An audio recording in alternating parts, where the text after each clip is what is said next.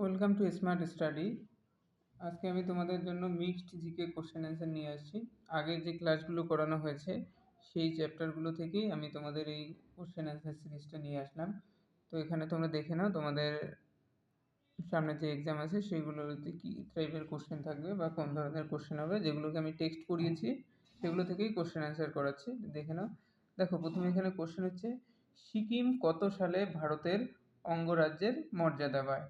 মানে স্বাধীনতার আগে যখন ভারতে ক্ষুদ্র ক্ষুদ্র মানে রাজা ছিল, ক্ষুদ্র ক্ষুদ্র রাষ্ট্র ছিল, সেই রাজা ছিল, তারা শাসন করত। পরবর্তীতে যখন স্বাধীনতা হলো 1947-এর পরের থেকে ভারতে রাজা সিস্টেম চেঞ্জ হওয়ার পর যে রাজ্য সিস্টেম চালু হলো, সেখানে রাজ্যগুলোকে পুনর্গঠন করা হয়। তো সেই সময়ে কোন কোন রাজ্য ভারতের সঙ্গে যুক্ত হয়েছে বা কোন কোন রাজার, সেই সময়ে সিকিমের কথা বলা হয়েছে যে সিকিম কত সালে ভারতের অঙ্গরাজ্য, মানে আমাদের যে রাজ্য আছে যেমন পশ্চিমবঙ্গ, বিহার, এই টাইপের যখন হয়েছে, কত সালে হয়েছে সিকিম। তো সিকিম ভারতের অঙ্গরাজ্যের মর্যাদা পায় 1975 সালে। এই জায়গাগুলো থেকে কোশ্চেন আসবে। ভারত আফগানিস্তানের সীমানা কি নামে পরিচিত? Bharat Afghanistan Durand line. ভারত আফগানিস্তানের সীমানা ডুরান্ট লাইন নামে পরিচিত। বুঝতে পারলে? যেমন ভারত পাকিস্তান, পাকিস্তানের সঙ্গে কি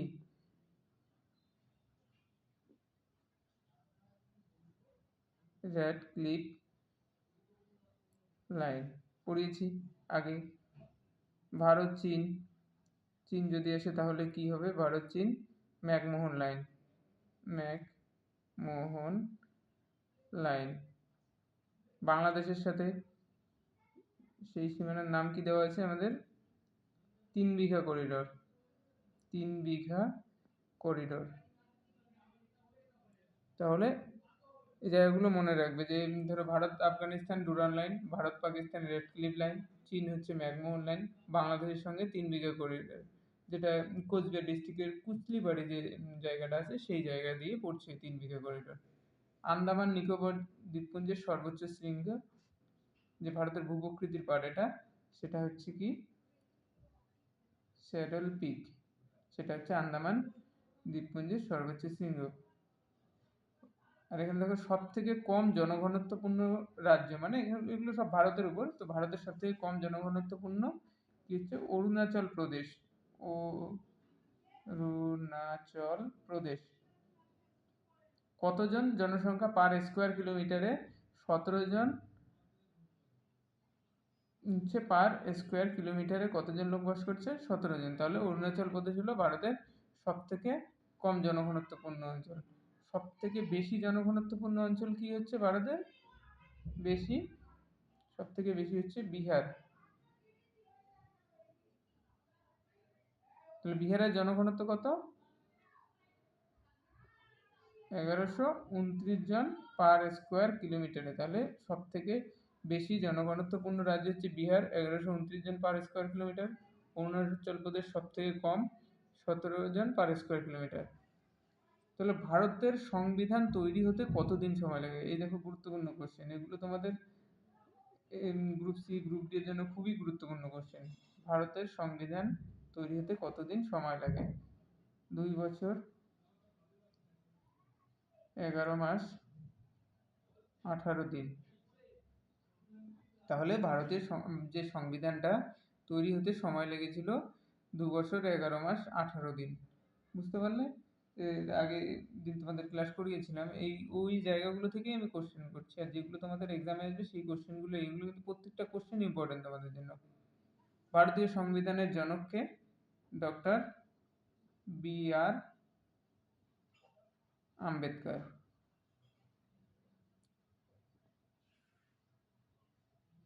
ঠিক আছে, ভারতের সংবিধানের জনক হচ্ছে বি.আর. আম্বেদকর। বুঝতে পারলে? তো এই জায়গাগুলো দেখবে। ভারতীয় সংবিধানের অস্থায়ী সভাপতি প্রথম ছিলেন সচ্চিদানন্দ সিনহা।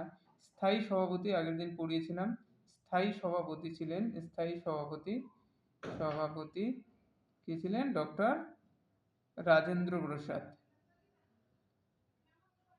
তাহলে এই নামগুলো মনে রাখবে, এগুলো ইম্পর্টেন্ট জিনিস। ডক্টর রাজেন্দ্র প্রসাদ হচ্ছেন সংবিধানের স্থায়ী সভাপতি। কোন অধিকারটিকে মৌলিক অধিকার থেকে বাদ দেওয়া হয়? এখন বর্তমানে আমাদের মৌলিক অধিকার কয়টি? 6টি মৌলিক অধিকার আছে। তার আগে কয়টি ছিল? 7টি ছিল। তো সেটাকে কোন অধিকার থেকে সংবিধান সংশোধন করে বাদ দেওয়া হয়? সেটা হচ্ছে সম্পত্তির অধিকার। এটাও ইম্পর্টেন্ট কোশ্চেন। সম্পত্তির অধিকার, যে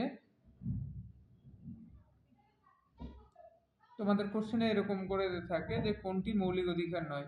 ধরো বাক স্বাধীনতা, মতামত প্রকাশের স্বাধীনতা, ধর্মীয় স্বাধীনতা, সম্পত্তির অধিকার, এরকম ভাবে দেওয়া থাকে। এই জিনিসগুলো মাথায় রাখতে হবে। তাহলে কোনটি তোমাদের মৌলিক অধিকার নয়? সম্পত্তির অধিকার।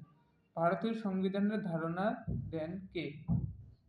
এটা খুব গুরুত্বপূর্ণ কোশ্চেন, যে সংবিধান তৈরি হয়েছে, আমাদের জনকও পেলাম, বা সংবিধানের জনক পেয়েছি বি.আর. আম্বেদকর। তাহলে সংবিধানটা ধারণাটা কে দিয়েছিলেন যে একটা সংবিধান তৈরি করতে হবে বা সংবিধান এইভাবে তৈরি হবে? এই ধারণা দিয়েছিলেন এম.এন. রায়।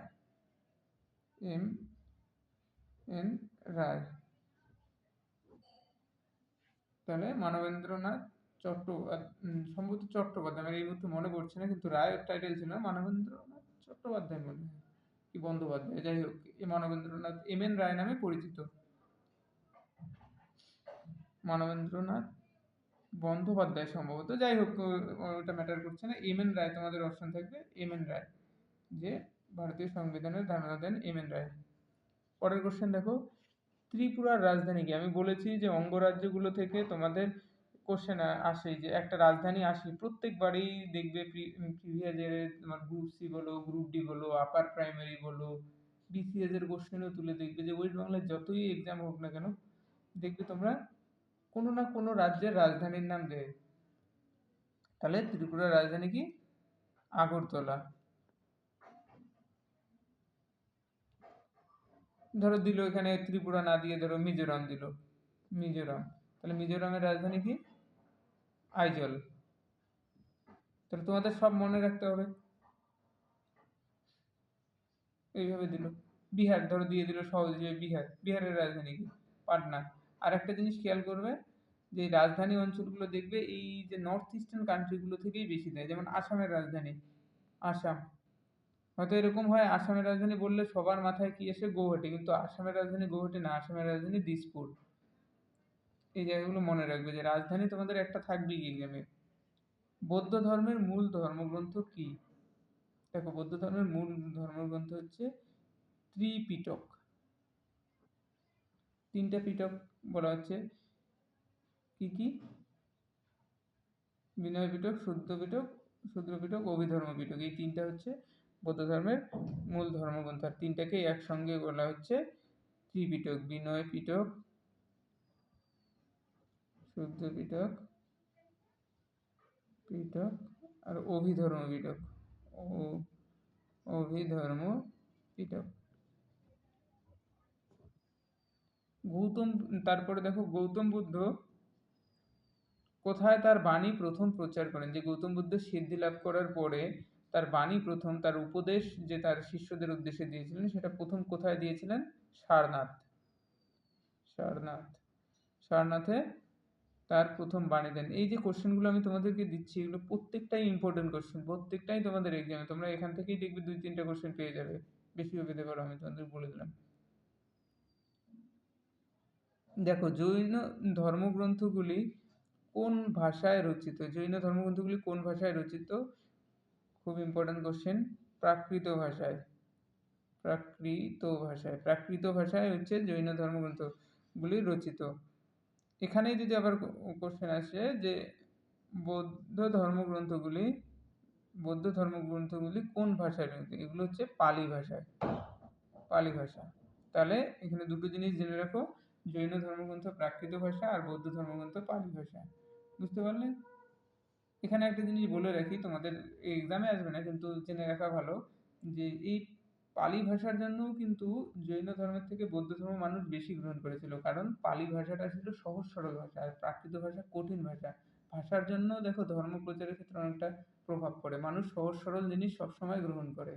এই জন্যই বৌদ্ধ ধর্মের একটা মানে জৈন ধর্মের থেকে যখন কম্পেয়ার করা হয়, বৌদ্ধ ধর্মের বেশি বিস্তার লাভ করার কারণে পালি ভাষাটাকে গুরুত্ব দেওয়া হয়, এটা সহজ সরল ভাষা।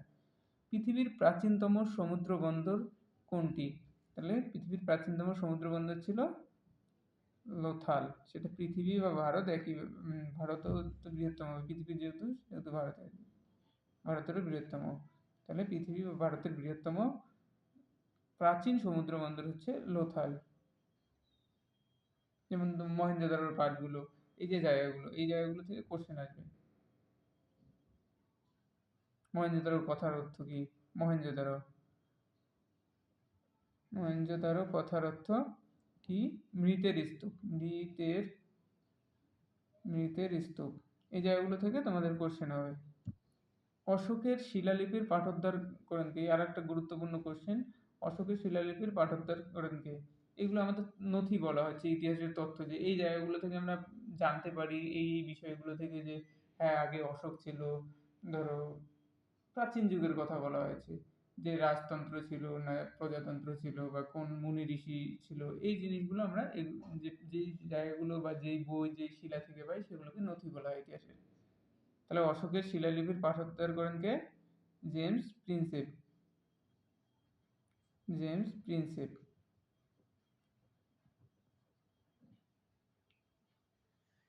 তাহলে অশোকের একটি গুরুত্বপূর্ণ কোশ্চেন, অশোকের শিলালিপির পাঠোদ্ধার করে জেমস প্রিন্সেপ। হিউয়েন সাং কার রাজত্বকালে ভারতে আসেন? এটা হিউয়েন সাং কার রাজত্বকালে আসেন? হর্ষবর্ধন। হর্ষবর্ধনের রাজত্বকালে হিউয়েন সাং ভারতে আসেন। কোন দেশের ছিলেন? চীন দেশের পরিব্রাজক, চীন দেশের। তাহলে হিউয়েন সাং কোন দেশ থেকে ভারতে আসেন? চীন দেশ থেকে। বুঝতে পারলে? এখান থেকে কোশ্চেন হয়। ভারতের সবচেয়ে ছোট, সরি, পৃথিবীর সবচেয়ে ছোট সংবিধান কোনটি বা কোন দেশের? কোনটি বা কোন দেশের? তাহলে পৃথিবীর সব থেকে ছোট সংবিধান হচ্ছে ইউএসএ, আমেরিকা যুক্তরাষ্ট্রের সংবিধান পৃথিবীর সব থেকে ছোট লিখিত সংবিধান। বুঝতে পারলে? এই যে আমি তোমাদের আগের যে ক্লাসগুলো করিয়েছি সেই ক্লাসের উপর ডিপেন্ড করে এই কোশ্চেনগুলো দিয়েছি আমি। ঠিক আছে? এরপরেও আমি এইভাবেই ক্লাস করাবো, কিছু টেক্সট করাবো, টেক্সট বেস ক্লাস করাবো। ক্লাস করার পরে তোমাদেরকে আমি এইভাবে কিছু ইম্পর্টেন্ট কোশ্চেনের সলভ করিয়ে দেবো। ঠিক আছে? আর আমার চ্যানেলটাকে ভালো লাগলে লাইক শেয়ার সাবস্ক্রাইব করে দিও। ঠিক আছে, থ্যাংক ইউ।